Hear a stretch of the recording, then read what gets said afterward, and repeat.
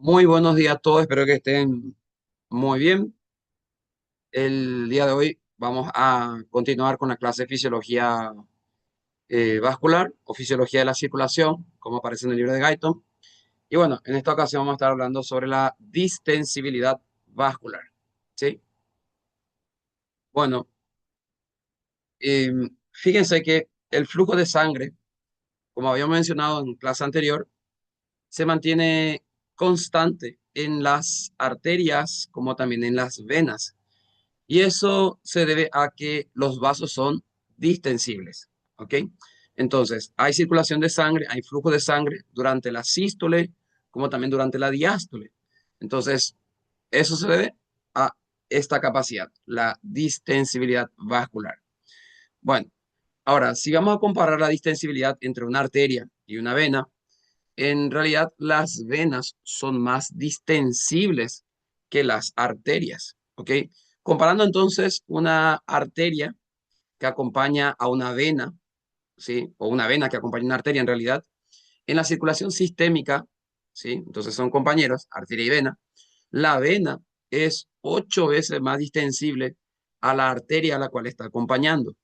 Y bueno, ¿eso a qué se debe? Y eso se debe a su característica estructural, a su histología, a la capa muscular, porque justamente habíamos dicho que en las arterias la capa muscular está mucho más desarrollado y eso le brinda más resistencia, ¿verdad? Bueno, entonces, por eso la pared es más engrosada, la luz es un poco más pequeña en las arterias. En las venas, por otra parte, la pared es más delgada, es más delgada y la luz es más amplia. ¿Ok? Bueno, entonces las venas en la circulación sistémica son 8 veces más distensibles que las arterias a quienes acompañan. ¿Sí? Por otra parte, lo mismo también se va a dar en la circulación pulmonar.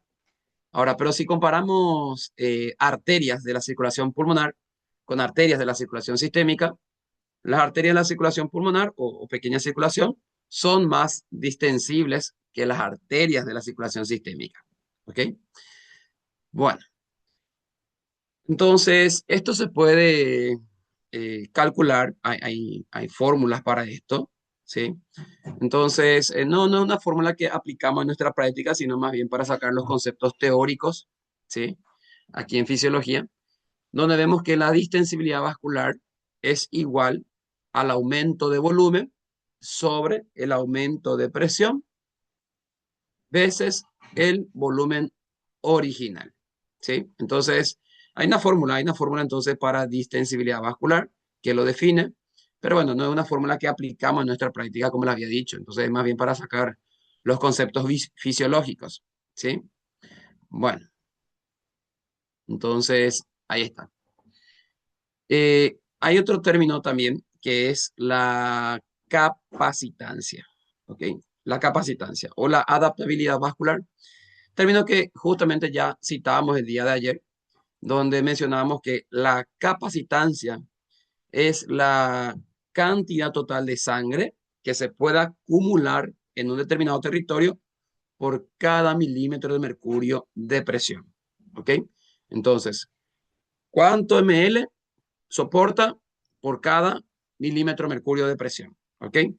Y bueno, también se puede calcular, hay una fórmula para eso, que bueno, tampoco lo aplicamos en realidad, sino que es más bien para sacar conceptos teóricos. La capacitancia vascular es igual al aumento de volumen sobre aumento de presión. ¿Ok? Sería como esto, aquí. Bueno, entonces, eso es la capacitancia vascular. Aquí está la definición teórica, y aquí está la fórmula que lo expresa. ¿Ok? Eh, Fíjense, claro, si combinamos esta fórmula, podemos decir también lo siguiente, que la distensibilidad vascular, si esto aquí es capacitancia, la fórmula quedaría así, capacitancia sobre volumen original. ¿Ok? Sobre volumen original. Hay otra forma de expresar la distensibilidad, ¿sí? Otra forma de expresar la distensibilidad. O despejando esta fórmula, tenemos también lo siguiente, que la capacitancia La capacitancia es igual a la distensibilidad veces el volumen original. Ahí está. Entonces, eso va a ser importante para lo que vamos a ver. Muy bien. Entonces, fíjense, las venas son más distensibles que las arterias, 8 veces más. Entonces, justamente ayer mencionamos que las venas son fisiológicamente depósitos de sangre. O sea, las venas actúan como depósitos de sangre. ¿Y eso por qué? Porque las venas tienen más superficie que las arterias, porque las venas son más distensibles y porque las venas tienen más capacitancia. ¿Ok? Entonces, tiene más superficie, tiene más terreno, tiene más distensibilidad, porque la pared, como les dije, es más delgada. ¿Ok? Hay menor resistencia, hay mayor capacitancia, soportan más ml por cada milímetro de mercurio de presión. Y bueno, entonces, vamos a ver lo siguiente. Vamos a ver lo siguiente. Como mencionamos hace rato, en la circulación sistémica, las venas son 8 veces más distensibles que las arterias a las cuales acompañan. Y bueno, y como son más distensibles, el volumen que tienen es un volumen mayor comparado a las arterias, ¿ok? Entonces, su volumen es 3 veces más frente a la arteria a la cual acompaña. Entonces, considerando eso, la capacitancia en las venas es 24 veces mayor, ¿ok? 24 veces mayor. Ahí está. Entonces, las venas son 8 veces más distensibles en la circulación sistémica comparado con las arterias. Tienen un volumen 3 veces mayor que el de las arterias a las cuales acompañan y por tal motivo su capacitancia es 24 veces mayor que el de las arterias. ¿Ok? Bueno, ahora fíjense el efecto de la estimulación nerviosa sobre esto, donde habíamos visto en la clase de ayer que en la pared vascular, en la adventicia, van llegando nervios, el vasa nervorum que habíamos dicho, y que corresponden al sistema nervioso autónomo, ¿sí? Y para ser más específico, al simpático, ¿ok? Bueno, entonces, ¿qué efecto tendrá la estimulación simpática sobre estos eventos que acabamos de mencionar? Sobre la distensibilidad, la resistencia, la capacitancia y demás. Bueno, entonces, el sistema nervioso simpático, con la liberación de noradrenalina sobre, en este caso, estos órganos, los vasos sanguíneos, entonces hace lo siguiente, genera una vasoconstricción, ¿ok? Genera una vasoconstricción, que sería entonces una reducción del radio. Si se reduce el radio, aumenta la resistencia, ¿ok? Y si aumenta la resistencia, se reduce la distensibilidad vascular. Y bueno, y si se reduce la distensibilidad, como habíamos visto acá en la fórmula, como habíamos visto en la fórmula, entonces capacitancia es igual a distensibilidad de ese volumen original. Se reduce la distensibilidad, categóricamente se reduce la capacitancia. ¿Ok? Entonces hace que ahora las venas, por ejemplo, bueno, no consigan almacenar tanto volumen, ¿ok? En ese espacio, ¿sí? Por la disminución de la distensibilidad, por disminución de la capacitancia, debido a la vasoconstricción que está ocurriendo. Entonces, la estimulación simpática reduce todo eso, ¿ok? Reduce el radio por la vasoconstricción, aumenta la resistencia, esa aumenta, reduce la distensibilidad, reduce la capacitancia vascular. ¿Y qué va a pasar con la sangre? ¿Qué va a pasar con ese volumen que tendría que estar en ese sitio? Y va a tener que avanzar, ¿ok? Entonces, el simpático con esto va a favorecer a un retorno venoso cuando actúa sobre las venas, como ya habíamos mencionado en la clase de ayer, ¿ok? Bueno, ahora vamos a lo siguiente. Con relación a la a la presión, entonces categóricamente va a ser diferente, ¿sí? Entre arteria frente a las venas. ¿Y por qué? Y bueno, porque ¿cuáles son los determinantes de la presión arterial?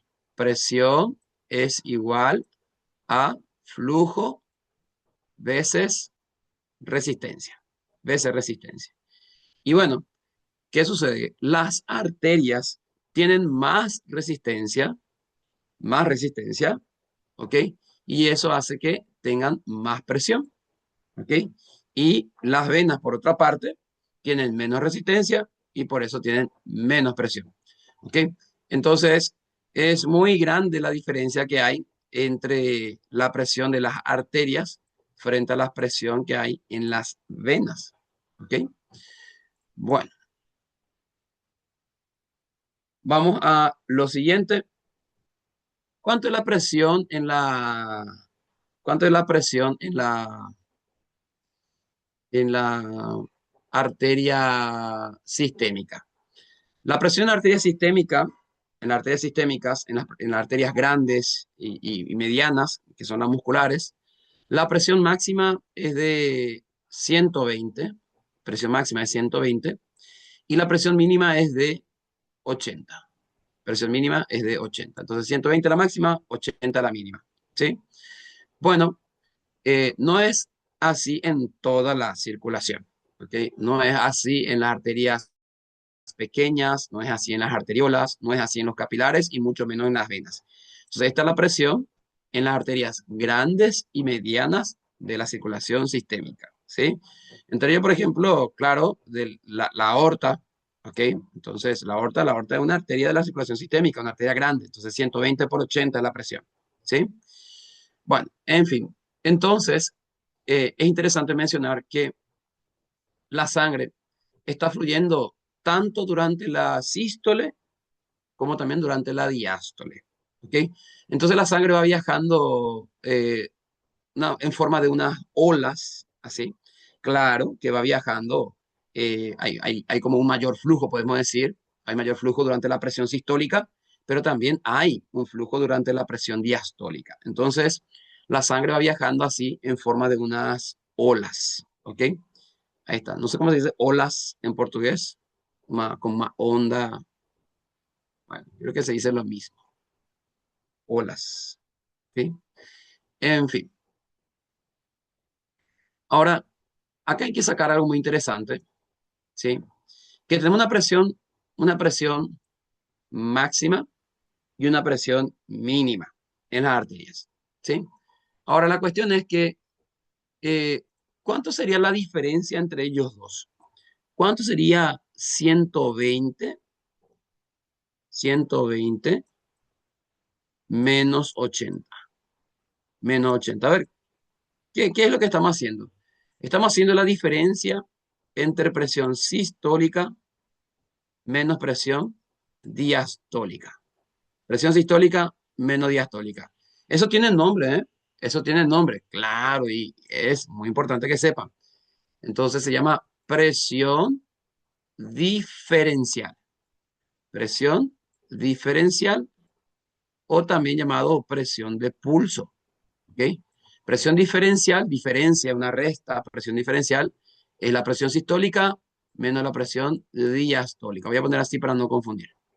¿Ok? Diastólica. Voy a escribir en otra parte aquí, también su otro nombre. ¿Cómo dijimos que se llama? Presión diferencial o presión de pulso. Presión de pulso. Aquí. Presión de pulso. Presión diferencial o presión de pulso. Entonces, ¿cuánto sería la presión diferencial o la presión de pulso normal? Si 120 por 80 es la presión normal. Bueno, quedaría entonces en 40, 40, 40 milímetros de mercurio. 40 milímetros de mercurio. Eso es la presión diferencial. ¿Ok? Muy bien. ¿Y para qué es importante la presión diferencial? La presión diferencial es importante, es un importante predictor, predictor de riesgo cardiovascular, ¿sí? Cuando esta presión de pulso, esta presión diferencial, es mayor que 60, porque hasta 60 podemos decir que es como que normal, por arriba de 60 hay un alto riesgo cardiovascular. A ver, ¿qué significa esto? Bueno, significa que el paciente queda más predispuesto a cardiopatías isquémicas, está a la angina, al infarto o incluso una muerte súbita. ¿Ok? Bueno, entonces vamos a suponer lo siguiente. ¿Qué pasaría si tenemos un paciente que tiene la presión? Vamos a suponer que tiene una insuficiencia de la válvula aórtica, una válvula que no funciona bien, ¿ok? Y bueno, y que hace que el corazón no funcione bien también, o tiene insuficiencia cardíaca por consecuencia. En fin, entonces, vamos acá, una insuficiencia valvular aórtica. Y la presión sistólica está en 160. La presión sistólica es 160, ¿vale? Y la presión diastólica está en 40. La presión diastólica va a estar ahora en 40. Bueno, ¿cuánto sería la presión de pulso en ese caso? 160 la máxima, 40 la mínima. ¿Cuánto queda la diferencia? Y queda 120. 120. La presión diferencial está en 120. Bueno, entonces, este paciente tiene un elevadísimo riesgo cardiovascular, ¿ok? Entonces, el paciente puede tener en cualquier momento un evento isquémico, un infarto o puede tener una parada cardíaca, una muerte súbita también, ¿sí? Bueno, entonces, eh, eso es la presión de pulso o la presión diferencial, ¿sí? Y bueno, valor normal es 40. 40. Normal es hasta 60. Por arriba de 60, alto riesgo cardiovascular, ¿sí? Bueno, entonces, aquí dimos la presión sistólica, vimos la presión diastólica y también ya hablamos de la presión eh, diferencial o presión de pulso. ¿Ok? Bueno, pero ¿saben qué? Hay una presión que es mucho más importante todavía que esta. Hay una presión mucho más importante. A ver si puedo poner acá. Entonces, sucede que tenemos una presión sistólica que es la máxima que dijimos que es 120. 120. Y tenemos una presión mínima que dijimos que es 80. 80. ¿Ok? Pero hay una media, claro, 120 la máxima, 80 la mínima. Entonces, hay una media entre ellos dos ahí. Y esa es la presión más importante, que se llama presión arterial media. Presión arterial media. Bueno, ¿y cómo se calcula esto? ¿Y cómo se calcula? Y la fórmula es presión arterial media, PAM, presión arterial media, es igual a la presión diferencial, dividido por 3 más la presión diastólica. Hay muchas fórmulas, ¿está? Pero yo le voy a enseñar la forma más fácil. Presión diastólica. Ahí está. Esta es la fórmula para la presión arterial media. Y esta es la presión más importante, entonces, a tener en cuenta, porque esta es la presión con la que realmente la sangre va a llegar a los órganos y los tejidos para nutrirlo. ¿Ok? O sea, la presión arterial media es la presión con la que se nutren los órganos, los tejidos. ¿Ok? Por eso es la más importante. Lo usamos en muchísimos protocolos. ¿Sí? En fin, entonces, a ver, la presión de pulso, habíamos dicho, la presión de pulso, la presión diferencial, dijimos que es la presión sistólica menos la presión diastólica. ¿Ok? ¿Cuánto es la presión sistólica? Habíamos dicho que es 120. 120. Y la diastólica dijimos que es 80. Bueno, entonces 120 menos 80 dijimos que da 40. 40 es la presión de pulso. Bueno, llenando la fórmula de presión arterial media, entonces presión arterial media va a quedar 40 dividido 3, 40 dividido por 3, y ese resultado vamos a sumar por la presión diastólica, que es 80. ¿Ok? Bueno, entonces, ¿cómo va quedando esto? La presión arterial media va a ser igual a 40 dividido 3, me da 13,33333, y más 80 sería 93,33. Vamos a darle un valor aproximado, ¿vale? Entonces, aproximadamente el resultado dio 94. 94 milímetros de mercurio. Esa es la presión arterial media. Y es la presión más importante que existe. ¿Ok? Porque es la presión con la que llega la sangre en los órganos y los tejidos. Bueno, en fin. Entonces, a ver, 94 es la presión arterial media. Su valor, 94. 94 está más cerca de quién? 94 está más cerca de la sistólica o está más próximo a la diastólica. Bueno, entonces la presión arterial media está más próximo a la presión diastólica. ¿Sí? La presión arterial media se encuentra a su valor más cercano a lo que es la presión mínima, la presión diastólica. Bueno, entonces, una disminución de la presión arterial media, ¿sí?, por debajo de 70, escuchen bien, por debajo de 70, es un alto, ocurriría entonces un alto riesgo para eventos isquémicos o infartos en los órganos y los tejidos. Porque dijimos que es la presión que va a irrigar, va a nutrir a los órganos y los tejidos. Y si ella está baja por debajo de 70, entonces los órganos quedan muy predispuestos a los eventos isquémicos y a los infartos. ¿Ok? Bueno, entonces, por eso es la más importante. Justamente, este es el propósito de tomar la presión arterial. Está cuando tenemos un paciente, entonces, en una emergencia por un politrauma, entonces, donde el paciente sangró muchísimo y tomamos la presión arterial sistólica, la diastólica. ¿Y para qué eso? Y bueno, para llegar a esto, para ver cómo está la presión arterial media. ¿Ok? Bueno, porque esa es la presión más importante, como la había yo mencionado. ¿Sí? Bueno,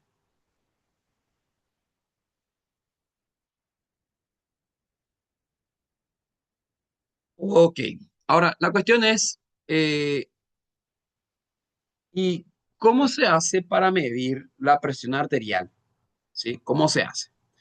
Bueno, entonces, fíjense que para medir la presión arterial no es necesario entonces un procedimiento invasivo, ¿ok? Sino que nosotros podemos evaluarlo de la siguiente manera, utilizando un tensiómetro o un esfigmomanómetro, donde este dispositivo cuenta con lo siguiente: trae un brazalete, ¿ok?, que es insuflable, se puede inflar, cargar con aire. También trae dos tubos, como podemos ver aquí, dos tubos o dos cañitos, donde uno va a ser conectado al manómetro, que es este, donde se mide la presión en milímetros de mercurio, ¿sí? Y por otra parte tenemos la perilla, la perilla conectada entonces a uno de esos cañitos, a uno de esos tubos, que bueno, la perilla entonces cuenta con una válvula, ¿sí? Una válvula, donde esta válvula nosotros vamos a entonces cerrar cuando queremos cargar el aire, ¿ok? Y dejar que quede insuflado el brazalete, y vamos a abrir cuando queremos que el aire ahora se escape de allí, ¿ok? Bueno, entonces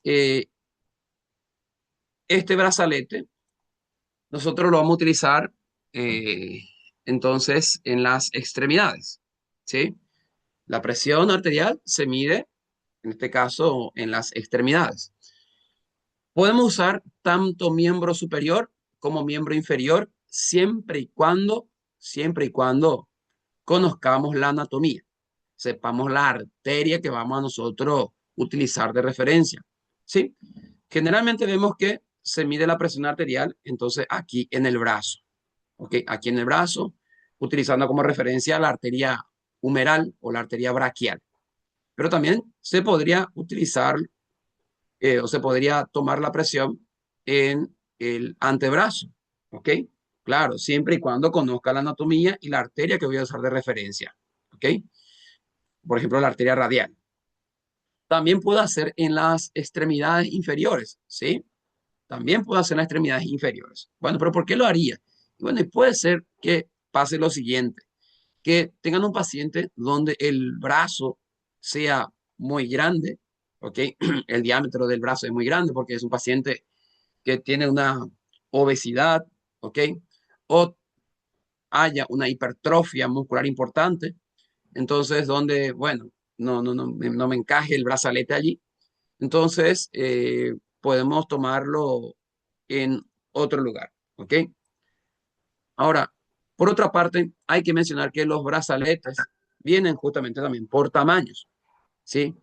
Para los adultos hay un tamaño P, tamaño mediano, tamaño grande, ok, grande, grande, o sea, viene por tamaño esto. Así también vienen los brazaletes para pacientes pediátricos, que no es lo mismo entonces con relación a los del adulto, ok. No se puede utilizar el brazalete de, eh, de pacientes adultos, ¿ok? En pacientes pediátricos. No se puede, ¿ok? No es lo correcto, no sería la técnica correcta. O usar brazaletes pediátricos en pacientes adultos, ¿ok? Hay toda una técnica en pediatría para poder elegir el brazalete correcto, entonces, esa, para ese paciente, ¿sí? Bueno, eh, hay varios métodos otra vez después aquí para entonces ya con este equipo tomar la presión arterial. Tenemos el método entonces palpatorio, tenemos el método entonces de oscilación y tenemos el método entonces auscultatorio. Con el método palpatorio, con el método palpatorio, palpatorio,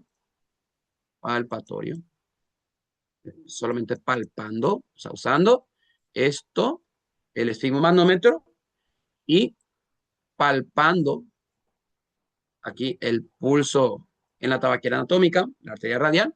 Bueno, yo solamente puedo obtener la presión sistólica, ¿ok? La presión sistólica, ¿sí? Entonces, ¿cómo lo hacemos esto? Y bueno, colocamos el brazalete, ¿sí? Colocamos en el brazalete en la, la, en el brazo. Fíjense que el brazalete tiene que ir entonces a 2 dedos por encima de la fosa del codo, a 2 dedos por encima de la fosa del codo. ¿Ok? No tiene que estar muy apretado ni tampoco muy flojo. Tiene que ser a un dedo de otra vez, por lo menos un dedo tiene que entrar entonces por debajo del brazalete cuando se lo coloca. Y bueno, ¿qué es lo que vamos a hacer para método palpatorio? No vamos a usar el estetoscopio, vamos a suponer que no tenemos el estetoscopio. Entonces, ¿qué es lo que vamos a hacer?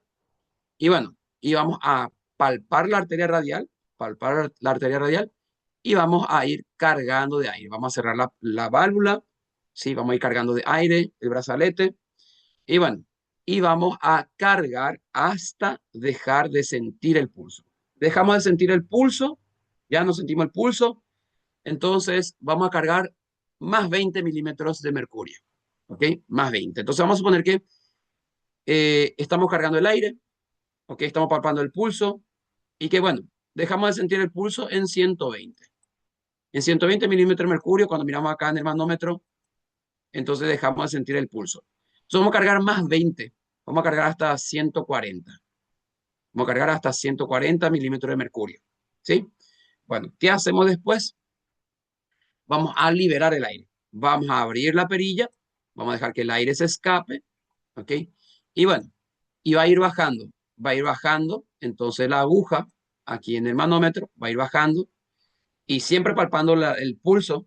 Entonces, cuando yo vuelva a sentir el pulso, ese me va a indicar entonces la presión sistólica, ¿ok? Entonces, carga hasta 140. Voy a soltar el aire y la aguja va bajando la aguja y volví a sentir el pulso en 120. Sentí en 120. Bueno, entonces obtuve así la presión sistólica y solo puedo obtener la presión sistólica, ¿ok? Con el método palpatorio. El método oscilatorio, por otra parte, el método de oscilación, método oscilatorio, es solamente mirando la aguja, es solamente mirando la aguja, ¿ok? Entonces, hacemos lo mismo que habíamos mencionado acá, hacemos lo mismo que mencionamos acá. Entonces, vamos a tocar el pulso, ¿ok? Vamos a sentir el pulso del paciente en la tabaquera anatómica, vamos a cargar de aire el manguito, dejamos sentir el pulso, cargamos entonces el aire hasta dejar de sentir y después más 20, ¿ok? Más 20 milímetros de mercurio. Después, ¿qué hacemos? Y bueno, y vamos a soltar el aire, vamos a abrir la perilla, dejamos que el aire se escapa el aire, y bueno, y la aguja va a ir bajando, la aguja va a ir bajando, ¿ok? La aguja va a ir bajando y vamos a ver que la aguja, ¿ok? Cuando va descendiendo, hace un salto, un saltito, cuando llega a la presión sistólica, ¿ok? Bueno, entonces ese es el método oscilatorio, solo mirando en el manómetro, ¿ok? Mirando el manómetro cuando la aguja comienza a saltar. Va bajando la aguja de manera continua y después, ¡pum!, comienza a dar un saltito, ¿sí? Entonces ahí yo tengo la presión sistólica. Para obtener la presión sistólica y diastólica, ¿ok? Tenemos que hacer el método auscultatorio, ¿ok? Mediante la auscultación. Entonces, método auscultatorio. Eso ya implica la utilización entonces del tensiómetro, ¿ok? Y ahí sí vamos a tener tanto la presión sistólica como la presión diastólica, ¿ok? Y hacemos de la misma forma, como ya que ya estamos mencionando. Entonces vamos a colocar el brazalete, ¿sí? A 2 dedos por encima de la fosa del codo. Vamos a palpar el pulso radial aquí en la tabaquera anatómica. Vamos a cargar el aire hasta dejar de sentir el pulso y más 20, ¿ok? Y más 20. Vamos a suponer que dejamos de sentir el pulso en 120, cargamos más 20, llegamos a 140. ¿Y después qué hacemos? Después de esto, nos colocamos el estetoscopio, colocamos el estetoscopio entonces sobre la arteria braquial, colocamos sobre la arteria braquial, ¿ok? Y vamos a, ya estando bien posicionado, a dejar escapar ese aire, ¿sí? Vamos a abrir la válvula, que salga el aire, y bueno, y el primer ruido que yo escuche, el primer ruido, el primer ruido, entonces va a corresponder a la presión sistólica. Y el último ruido, porque van a haber varios ruidos por la turbulencia que se genera, ¿ok? La turbulencia que se va a generar por el pasaje del aire, no, de la sangre, perdón, pasaje de la sangre a través de ese tramo vascular que está siendo comprimido por el brazalete, en parte. Entonces va a ocasionar varios ruidos, la turbulencia. Y bueno, donde el primer ruido va a ser la presión sistólica. Y el último ruido el último ruido va a ser correspondiente a la presión diastólica, ¿ok? A la presión diastólica. Bueno, de hecho, hay muchas cosas a considerar cuando hacemos esto. Esos ruidos, antes que nada, esos ruidos se llaman, poner acá, ruidos de, acá, acá. Voy a mostrar algunas cosas por acá después. Ahí. Se llaman ruidos de Korokov. Ahí está. Se llaman ruidos de Korokov, que son justamente esos sonidos ocasionados por la turbulencia. Entonces, al pasar la sangre, ese flujo de sangre por esa arteria que está como que apretada por el manguito, ¿sí? Y bueno, donde esos ruidos se van dividiendo en cinco fases, ¿ok? Cinco fases, que son los ruidos de Korokov, donde estas fases de estos ruidos de Korokov son las siguientes. Fase uno, que es el primer ruido, que es un ruido sordo, claro, y que indica la presión máxima, que sería la presión sistólica. Hay una fase 2 que son ruidos que se vuelven murmullos o como soplos, parecen como que algo está soplando. Fase 3 serían ruidos más nítidos y fuertes, ¿ok? Ruidos más nítidos y más fuertes. Fase 4 sería un ensordecimiento del ruido o disminución de la intensidad, como que va disminuyendo la intensidad del ruido. Y por último, la fase 5, que es la presión diastólica. ¿Por qué? Porque es cuando desaparecen los ruidos, entonces indica la presión mínima. ¿Ok? Entonces, estas son las cinco fases de los ruidos de Korokov. ¿Ok? Que es cuando hacemos el método auscultatorio a la hora de medir la presión. ¿Sí? Entonces, fase uno, fase 2, fase 3, fase 4. Fase uno, presión máxima, presión sistólica. Fase 5, presión mínima, ¿ok? Presión diastólica, ¿sí? Bueno, ahí está, esto es importante. Bueno, eh, hay muchas cosas a considerar, hay muchas cosas a considerar. Entonces, a la hora de tomar la presión arterial, ¿sí? Primero, está como eh, van a ir a la práctica, está al hospital, van a ir a los puestos de salud o a los colegios, acompañar a sus profesores, a sus tutores. Bueno, siempre le va a tocar, entonces como que son del eslabón más bajo, vamos a decirlo así por ahora, si son parte del equipo, claro, les va a tocar tomar los signos vitales y entre ellos, claro, la presión arterial. Es importante siempre, primero, hablar con el paciente, presentarse, decirles quiénes son, ¿ok? Y qué es lo que van a realizar, ¿sí? Entre ellos también tienen que ir sacando los datos que son de valor. No, es muy importante para nosotros saber, claro, desde el sexo, la edad, el nombre del paciente, nombre, sexo, edad, es importante, ¿sí? Es importante preguntarle al paciente también de cómo llegó a la consulta, ¿está? Porque, bueno, a veces pasa que llega un señor, pero que vino en bicicleta, o vino una señora que vino en ómnibus y que llegó un poco atrasada y, bueno, bajó, el ómnibus le dejó a 2 cuadras y, bueno, vino corriendo, caminando a la consulta porque estaba sobre la hora y está muy agitada incluso, ¿ok? Entonces, es importante preguntarle cómo vino a la consulta, hace cuánto tiempo que llegó, ¿ok? Porque puede estar el paciente agitado, ¿sí? Y bueno, me puede dar entonces una alteración de la presión si yo lo tomo de esa forma. Entonces, necesito que el paciente primero descanse, que repose, ¿ok? Que esté tranquilo para poder medir la presión después, ¿ok? Vamos a pedirle que descanse unos 10 minutos más o menos, ¿ok? Para que entonces después podamos medir la presión. Así también preguntarle al paciente si ingirió algún estimulante, algún energizante, si estoy tomando café o algo que también me puede alterar la presión. Preguntarle sobre sus hábitos, está, si tiene hábitos tabáquicos, ¿ok? Preguntarle sobre sus antecedentes patológicos, preguntarle si es hipertensa o no es, si tiene hipertensión arterial y si, bueno, se suele tomar la presión arterial, si se suele medir, porque eso va a ser una referencia. Si me dice que tiene, bueno, que es hipertensa y que suele tener normalmente la presión suele mantener entre 140, 85, bueno, yo voy a usar eso como referencia. ¿Ok? Si me dice que siempre suele tomar la presión, pero que por ahí suele estar normalmente, entonces siempre eso voy a considerar. Siempre hablar primero con el paciente. ¿Ok? Siempre primero hablar. Hacer ese interrogatorio y sacar los datos que son de valor. ¿Ok? Y bueno, entonces eso. ¿Vale? De hecho, les mandé un video para que puedan ver cómo es la técnica correcta. Nosotros podemos hacer con el paciente sentado o con el paciente acostado, ¿sí? Generalmente en un consultorio lo hacemos con el paciente sentado, pero en un servicio de urgencia está el paciente acostado, ¿sí? Cuando hacemos con el paciente sentado, es importante mencionar que el antebrazo va a estar apoyado sobre una mesa, ¿ok? Sobre una mesa.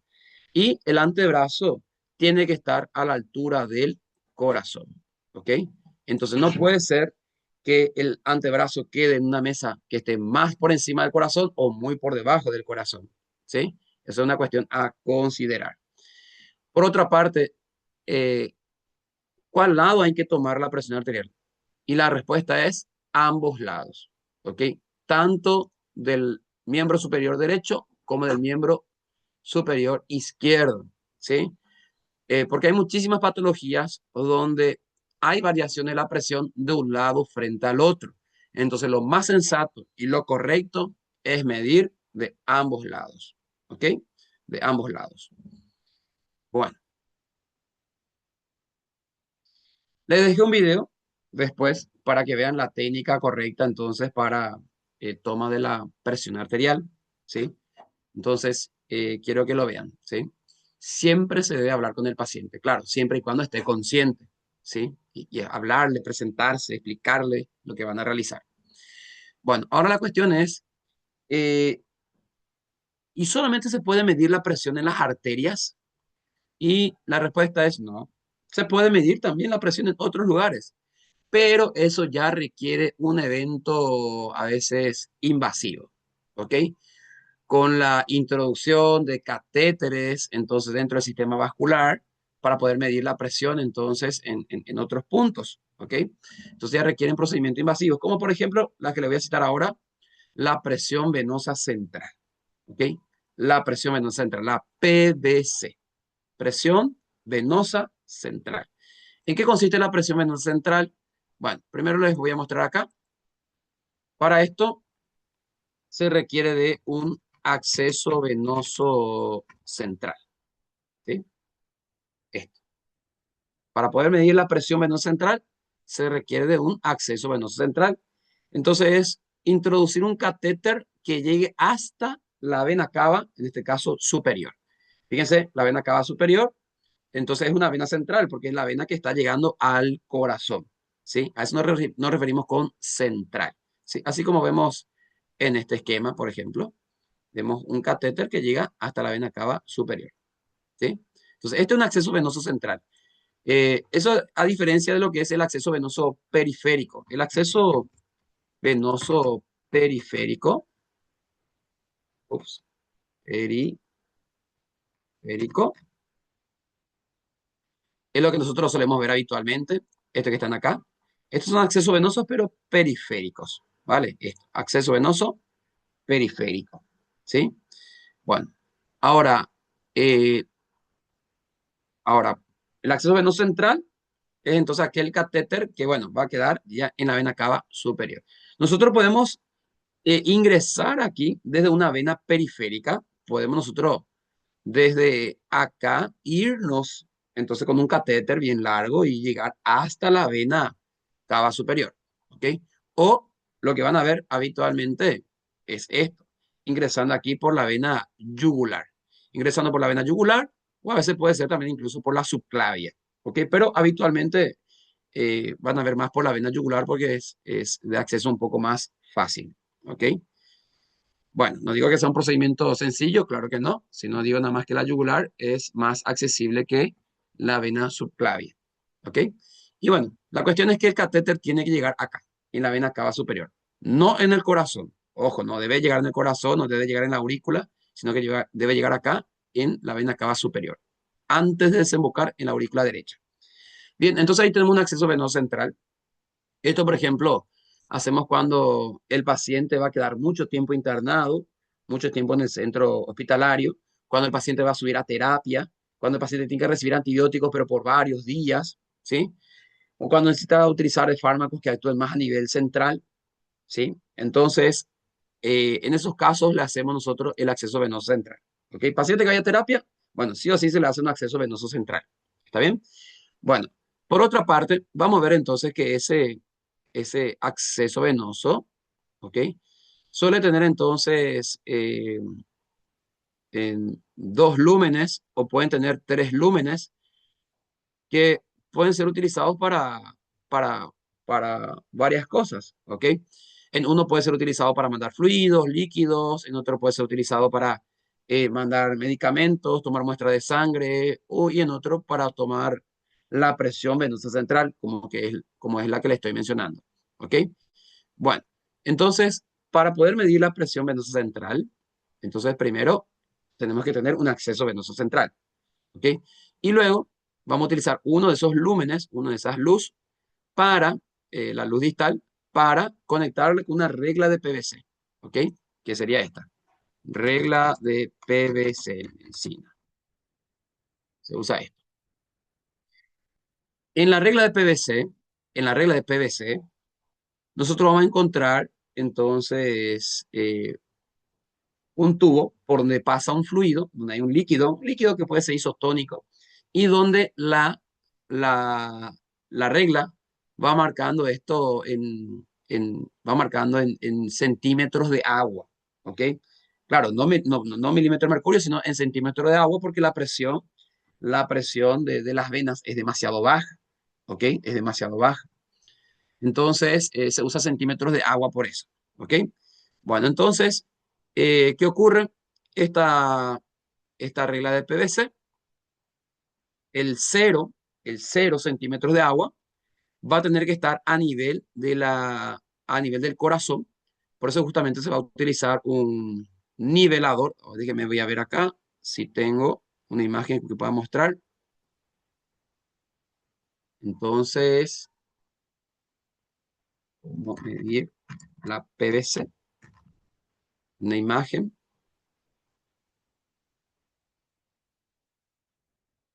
Quiero mostrar el nivelador nada más. Ups. Ok. No, no tengo una imagen acá, pero sí le dejé un video. Acá podemos ver. Entonces hay un nivelador, hay un nivelador. Entonces que está marcando el cero, está a nivel del cero, 0 centímetros de agua, y eso tiene que estar a nivel del corazón, ¿ok? A nivel de la línea axilar media, ¿sí? Y bueno, y después, ¿qué vamos a hacer? Lo que vamos a hacer es, bueno, como en esta regla hay líquido acá, hay líquido, y está cargado y tiene más presión que la vena cava. Cuando se abra la llave, cuando se abra la luz, cuando se abra la llave, o sea, bueno, vamos a tener que cerrar la llave de paso para los fluidos y los medicamentos y solamente dejar abierta la llave para la luz distal, por donde va a fluir el líquido que hay en la regla de PVC. ¿Ok? Y ese líquido, como acá en la regla hay mayor presión, en la vena cava hay menor presión, ese líquido va a ir avanzando. Va a avanzar, va a avanzar y va a ir disminuyendo aquí. Entonces, hasta que se iguale la presión del líquido que hay aquí en la regla frente al líquido que hay en la vena cava superior y se detiene. ¿Ok? ¿Y dónde debería detenerse? ¿A qué presión debería detenerse entonces ese líquido? Y bueno, como le dije, hasta igualar la presión que hay en la vena cava superior, que sería volviendo aquí a nuestra clase, que sería entre unos 6 a 12 centímetros de agua. Entonces, 6 a 12 centímetros de agua es la presión venosa central normal. ¿Ok? La PVC normal es 6 a 12. Una PVC por arriba de 12 es una PVC alta. Una PVC por debajo de 6 es una PVC baja. ¿Ok? Bueno, ¿cuál podría ser la causa de una PVC baja? La causa de una presión venosa central baja podría ser, por ejemplo, una hipovolemia, que el paciente tenga entonces bajo nivel entonces de volumen de sangre, ¿sí? Entonces la presión está baja, la PVC está baja. Puede ser debido a una sepsis. ¿Qué ocurre en la sepsis? Y tenemos, claro, un proceso infeccioso, generalizado, tenemos vasodilatación, ¿está? Eh, como un evento inflamatorio que pueda ocurrir, y con eso hay un aumento de la permeabilidad, ¿sí? Y bueno, y fuga de líquido. Entonces, conlleva a una hipovolemia, y bueno, y lo mismo, una disminución de la PVC. Por otra parte, un daño de la médula espinal. ¿Por qué un daño de la médula espinal? Porque justamente de ahí sale el sistema nervioso simpático. Y habíamos dicho que el sistema nervioso simpático favorece la vasoconstricción, favorece al retorno venoso, ¿ok? Y bueno, al avance de la sangre a través de las venas. Pero si hay un daño de la médula espinal, un daño del simpático, entonces no ocurre ese avance. ¿Y qué sucede? La presión en las venas centrales aparece baja, ¿ok? Bueno, por otra parte, una PVC alta, por encima de 12, ¿a qué se puede ver?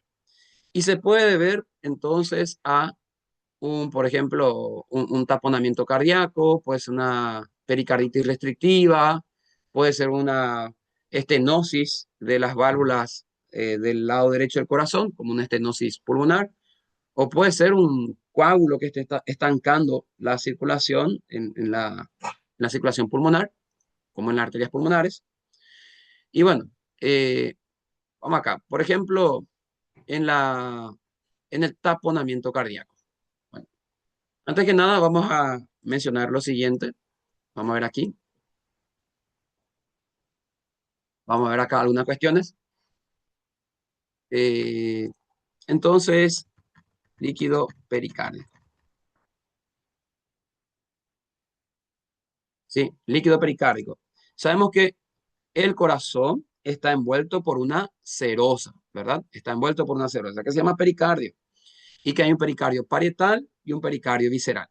Entre esas dos hojas hay un espacio que se llama espacio pericárdico. ¿Y qué vamos a encontrar allí? Allí vamos a encontrar líquido pericárdico. ¿Cuánto es el volumen normal del líquido pericárdico? El volumen normal es entre 10 a 50 ml. Y es un líquido de aspecto algo, eh, podemos decir, ceroso, ¿sí? Es muy parecido al agua. Es un líquido, entonces, algo casi transparente, ¿sí? Y bueno, ahora vamos a lo siguiente. ¿Y qué pasaría si este líquido comienza a aumentar? ¿Ok?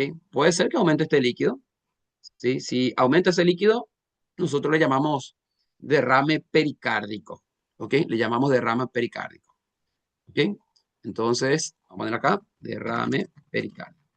Cuando hay más líquido que lo habitual, ¿sí? Aumentó ese líquido. Bueno, eso genera algo muy interesante en la parte electrocardiográfica.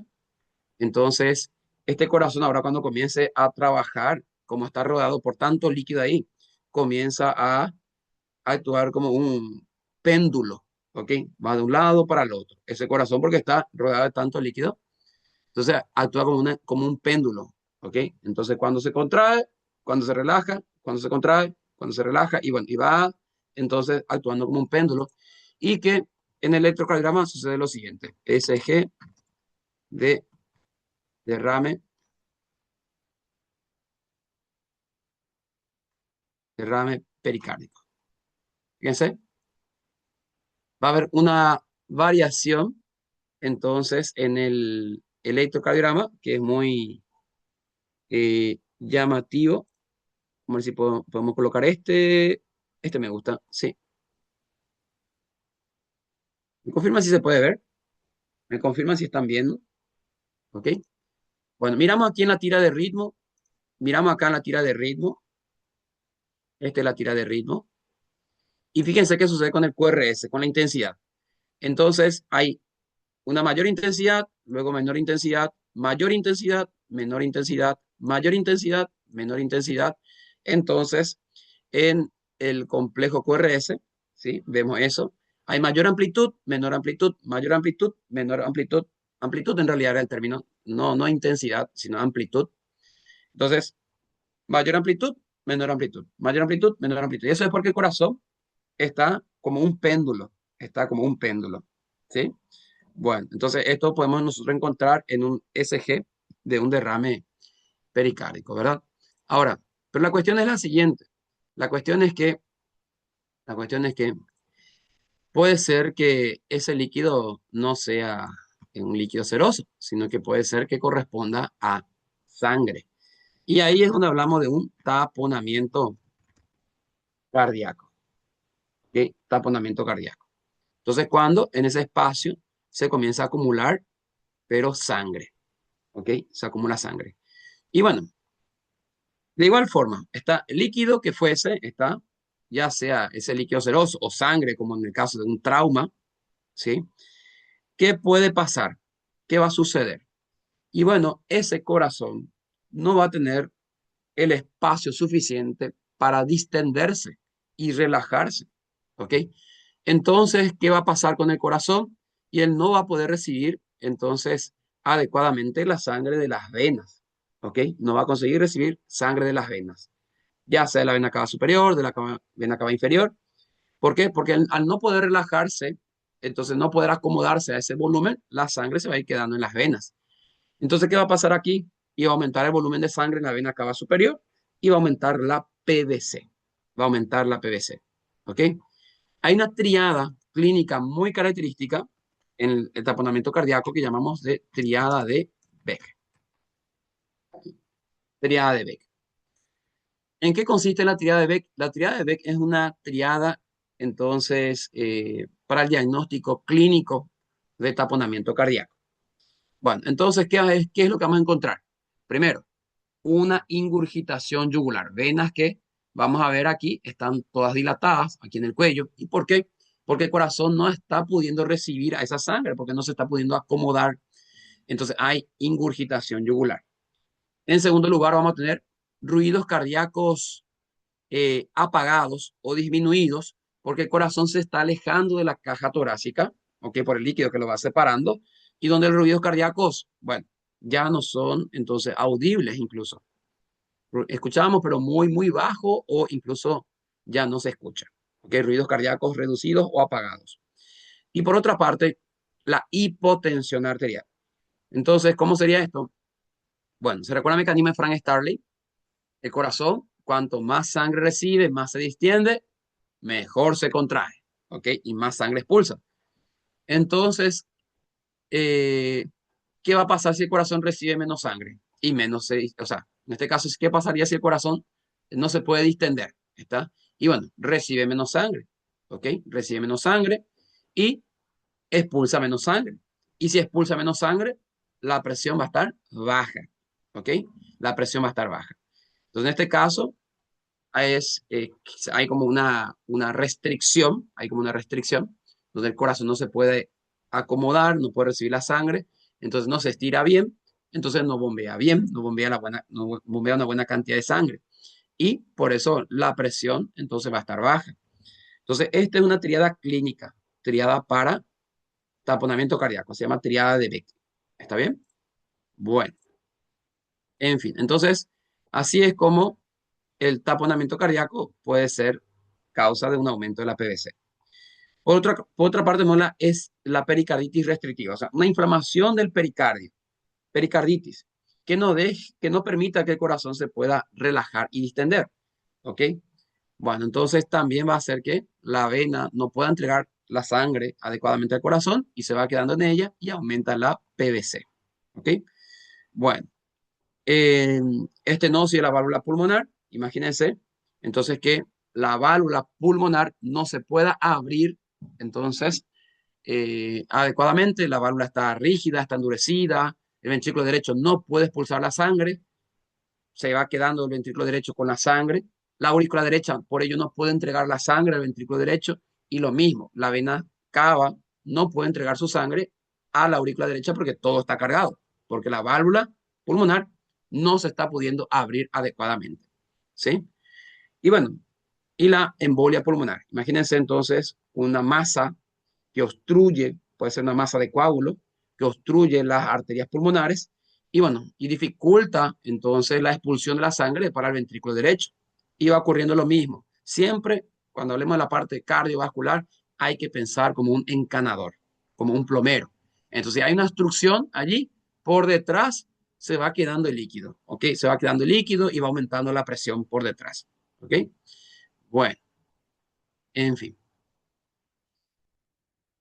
Eh, es importante mencionar también aquí lo siguiente, que las venas, esta tabla es algo que tienen que manejar. ¿Sí? ¿Cuáles son causas de PVC baja? ¿Cuáles son causas de PVC alta? ¿Y cuánto es su valor normal? ¿Sí? Bueno, es importante citar que las venas, bueno, hay puntos de colapso en ella que son fisiológicos para favorecer el retorno venoso. Entonces, eso, por ejemplo, ocurre a nivel del abdomen por la presión positiva abdominal, ocurre a nivel del cuello por la presión atmosférica, ocurre a nivel de la axila y acá las costillas.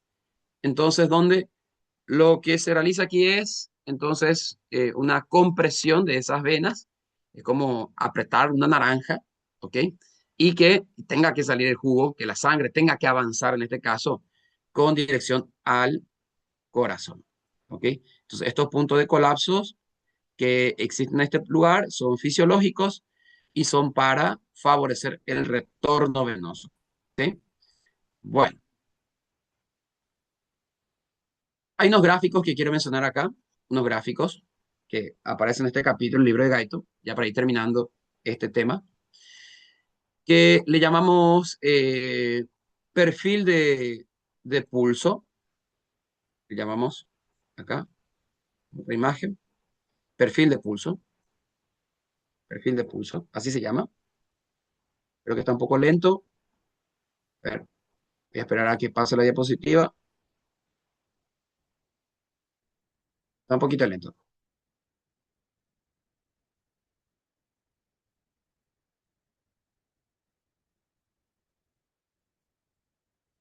A ver qué pasa.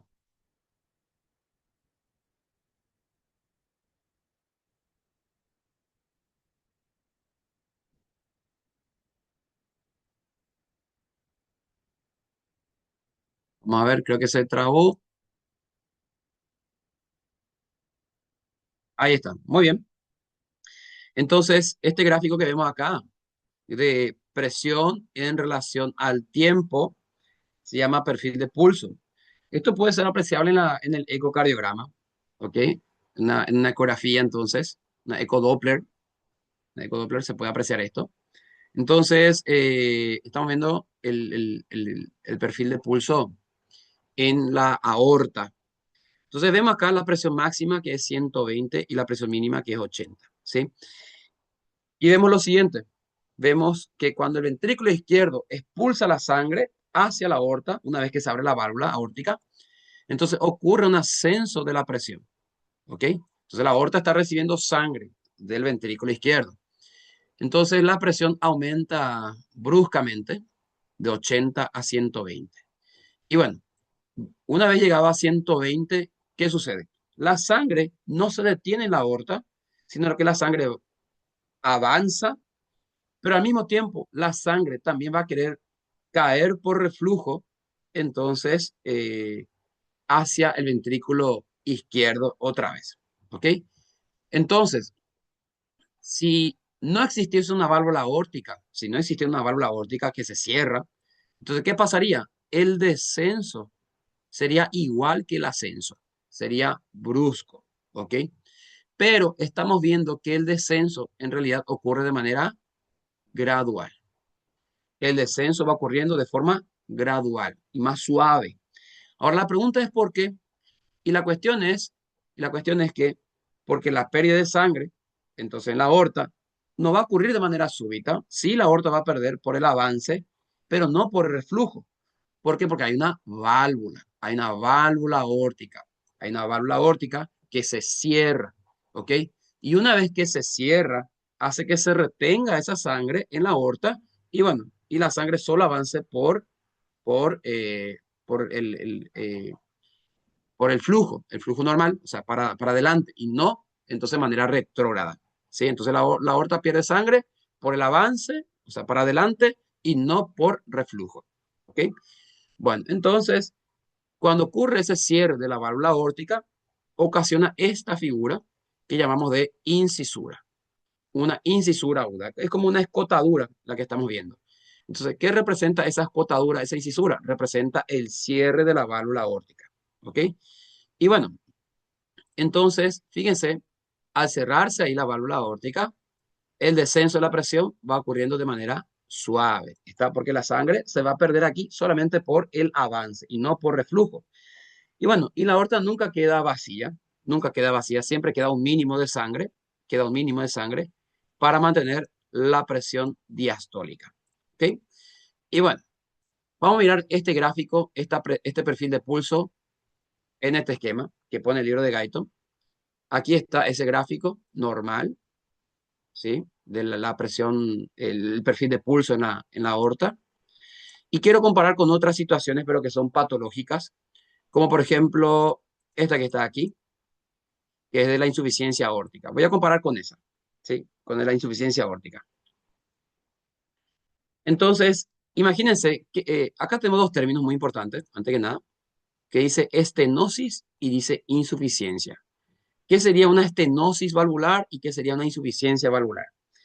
Bueno, vamos primero con la estenosis. Estenosis es cuando una válvula no se puede abrir adecuadamente, porque la válvula está calcificada, la válvula está endurecida, está muy fibrosada. Entonces, estenosis es una válvula que está difícil de poder abrir. ¿Ok? Bueno, por otra parte, la insuficiencia sería como lo opuesto. ¿Sí? Porque ¿cuál es la función de una válvula? La función de una válvula es impedir un reflujo, que se cierre e impida un reflujo. ¿Ok? Entonces, cuando algo no hace bien su trabajo, se dice insuficiencia. En este caso sería una válvula que no se puede mantener cerrada adecuadamente. Entonces, ocasiona reflujos. Eso es una insuficiencia valvular. Entonces, válvulas que no funcionan bien, no hacen bien su trabajo y ocasionan reflujos. ¿Ok? Bueno, en este caso, insuficiencia de la válvula aórtica. ¿Vale? Bueno, vamos a hacer lo siguiente. Entonces, ventrículo izquierdo expulsa la sangre hacia la aorta, ¿vale? Expulsa la sangre hacia la aorta. La aorta. Ese ventrículo izquierdo después va a recibir sangre de la aurícula izquierda como tiene que ser, pero también va a estar recibiendo sangre de la aorta nuevamente porque la válvula no está funcionando, ¿ok? Por el reflujo. Entonces, fíjense, por eso nos vemos la incisura. Acá, ¿dónde está la incisura? Y no hay incisura porque la incisura era por el cierre de la válvula aórtica. Entonces, como no hay una válvula que se cierra adecuadamente, esa incisura desaparece, no está presente. Entonces, ¿qué va a pasar con el ventrículo izquierdo? Y va a recibir más sangre. Recibe sangre de la aurícula izquierda y recibe sangre de la aorta por reflujo. El ventrículo izquierdo se va a distender más, se distiende más. Y cuanto más se distiende, con más fuerza quiere responder. ¿Ok? Mecanismo de Frank-Starling. ¿Ok? Entonces, con más fuerza quiere responder. Entonces, a ellos les pregunto, si aumenta ahora el volumen que va a expulsar, el volumen sistólico, a ver, vamos a hacer lo siguiente, va a aumentar el volumen sistólico, aumentar el volumen sistólico, ¿qué va a ocasionar esto? Y recuérdense lo determinante del gasto cardíaco, ¿ok? Determinante del gasto cardíaco era frecuencia cardíaca veces volumen sistólico. Entonces, ¿qué va a pasar con el gasto cardíaco? Y bueno, iba a querer aumentar, ¿verdad? En parte, va a querer aumentar. Llevando más en ese principio fisiológico. Y si aumenta el gasto cardíaco, vamos a lo siguiente, la presión.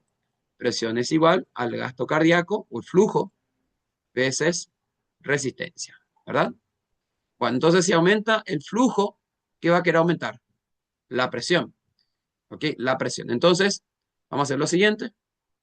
Aumenta el volumen sistólico, va a aumentar la presión sistólica, ¿ok? Y vemos que la presión, entonces ese paciente, en vez de parar en 120, la presión va a subir a un valor mayor, hasta 160 está subiendo, ¿ok? ¿Y por qué? Porque el ventrículo izquierdo está expulsando más sangre, ¿ok? Porque el ventrículo izquierdo recibió sangre de la aurícula y recibió sangre de la aorta por reflujo. Entonces cargó más, se estiró más, bombea más, más presión, ¿ok? Y llega a 160. Y como no hay una válvula que retenga el líquido para mantener un volumen mínimo, mantener una presión mínima de 80, como no existe eso, ¿ok? ¿Qué va a pasar con la presión? Y va a caer bruscamente. y va a llegar incluso a valores muy bajos, que muy bajos, porque no se está consiguiendo retener el volumen de sangre en la aorta. Y va a llegar hasta un valor de, pónganle aquí en este gráfico, de 100, o sea, un valor de 40, ¿ok? A un valor de 40 milímetros de mercurio. Ahí está. Y eso está ocurriendo en una insuficiencia aórtica. Bueno, entonces mi pregunta es, ¿y cómo está la presión de pulso en este paciente? La presión diferencial, ¿cómo va a estar? Y bueno, 160 la máxima, 40 la mínima para este paciente. ¿Cuánto es la diferencia? Y la diferencia es 120, 120 milímetros de mercurio. Entonces, la presión diferencial está muy elevada porque la presión diferencial normal dijimos que es de 40, ¿ok? Dijimos que es de 40 milímetros de mercurio, ¿ok? Entonces, este paciente, como tiene una presión de pulso por arriba de 60, hay un alto riesgo cardiovascular para él, ¿ok? Alto riesgo cardiovascular, ¿sí? Bueno, en fin, entonces eso es lo que se representa en este gráfico. Uno más para terminar. Entonces, este que está acá, que dice conducto arterioso permeable. El conducto arterioso permeable es una cardiopatía congénita, ¿sí? Donde existe una comunicación. Entonces, voy a poner aquí conducto arterioso, con un conducto arterioso persistente. Fíjense que durante nuestra vida intrauterina, ¿sí? Mientras estamos en el vientre materno, hay una comunicación de la aorta con la arteria pulmonar, sí, por el conducto arterioso. Y eso es fisiológico, eso es normal durante la vida intrauterina. Pero al nacer, este conducto se tiene que cerrar y convertirse en un ligamento que se llama ligamento arterioso. Es muy citado en anatomía, claro que sí, habrán escuchado en anatomía porque es una estructura de referencia para el nervio laringio recurrente, ¿ok? Bueno, porque el nervio laringio recurrente entonces tiene una relación con este conducto, ¿sí? En fin, entonces este conducto al nacer se tiene que cerrar, ¿ok? Pero, ¿qué pasaría si ese conducto no se cierra? No se cierra. Entonces, ese niño, cuando quiera alimentarse o cuando comience a llorar, ese niño va a quedar azulado, cianótico, ¿ok? Ese niño va a presentarse entonces azulado o cianótico. Y bueno, no va a poder entonces alimentarse y va a llorar de hambre. Y bueno, y es un problema que hay que, bueno, resolver. Cuando tenemos ese caso que el niño, bueno, cada vez que quiera amamantar, se va quedando azulado, cianótico. Bueno, vamos a pedir un ecocardiograma, vamos a ver qué está pasando, vamos a tratar de descartar esto y bueno, y encontramos el conducto arterioso persistente. Bueno, ¿qué se puede hacer en este caso? Bueno, se puede utilizar ibuprofeno para poder favorecer al cierre de ese conducto, ¿ok? Y si persiste y no resolverse, bueno, ya tendrá que ser un evento probablemente quirúrgico, pero generalmente se resuelve con el ibuprofeno, ¿ok? Bueno, pero vamos en el caso que persista ese conducto, vamos en el caso que persista ese conducto, ¿qué podría pasar? ¿Qué podría pasar? ¿Qué es lo que justamente Guyton plantea aquí? Bueno, fíjense que tenemos nosotros un gráfico muy parecido a la insuficiencia aórtica, pero este sí tiene la incisura aguda, porque acá el problema no va a ser la válvula funciona, la válvula funciona. Pero, ¿por qué la aorta está perdiendo tan bruscamente igual la presión? Y porque está perdiendo la sangre. ¿Y por dónde? Si no hay reflujo, está perdiendo por ese conducto, ¿ok? Entonces la aorta está perdiendo sangre por ese conducto, donde la sangre va a pasar a la circulación pulmonar y bueno, y va a llegar después otra vez a la aurícula izquierda.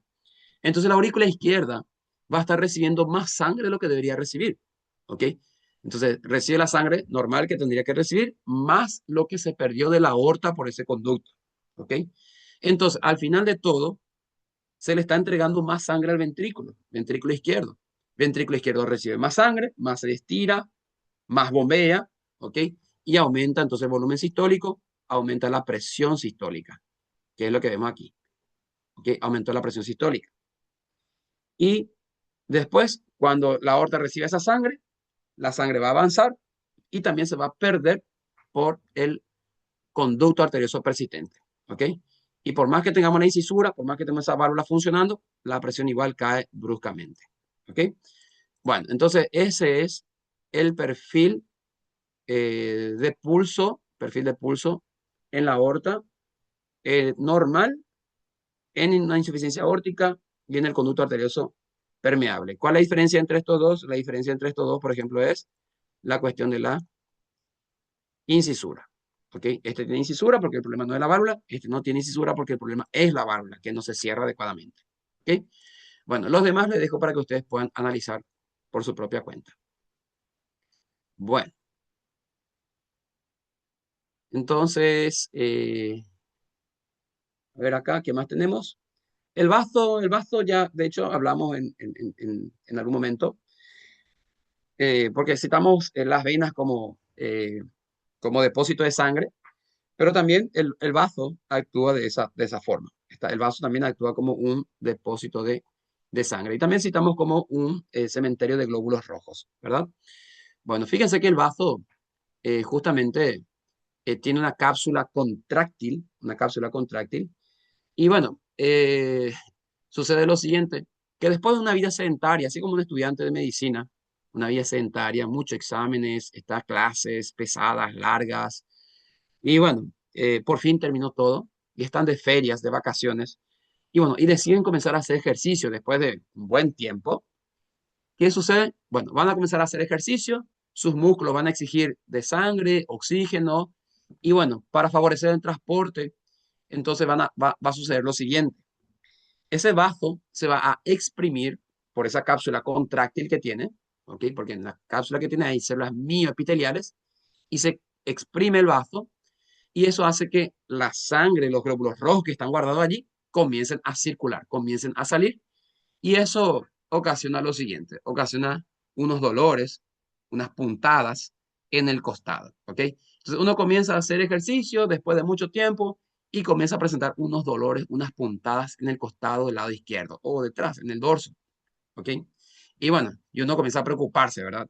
Bueno, pero tranquilos, muchas veces el bazo que se está exprimiendo y poniendo de vuelta en circulación esos glóbulos rojos para que puedas atrapar más oxígeno, transportar más oxígeno y satisfacer tus demandas metabólicas, ¿ok? Después pueden pasar también lo siguiente, los dolores musculares que se presentan, porque bueno, los músculos estaban todos muy relajados, ¿ok? Y ahora están comenzando a trabajar y también ocasionan unos dolores de tipo puntada. Y uno se preocupa, ¿será que es mi corazón lo que me está doliendo? Y bueno, no, muchas veces es un dolor muscular. Es simplemente tocar, apretar, y si duele al apretar, ¿ok? Bueno, es muscular. ¿Está? Porque si fuese un dolor que viene del corazón por un evento isquémico, la intensidad es la misma, ¿ok? Pero si al tocar duele más, eso suele ser muscular, ¿ok? El músculo esquelético. Bueno, entonces, hasta ahí esta clase.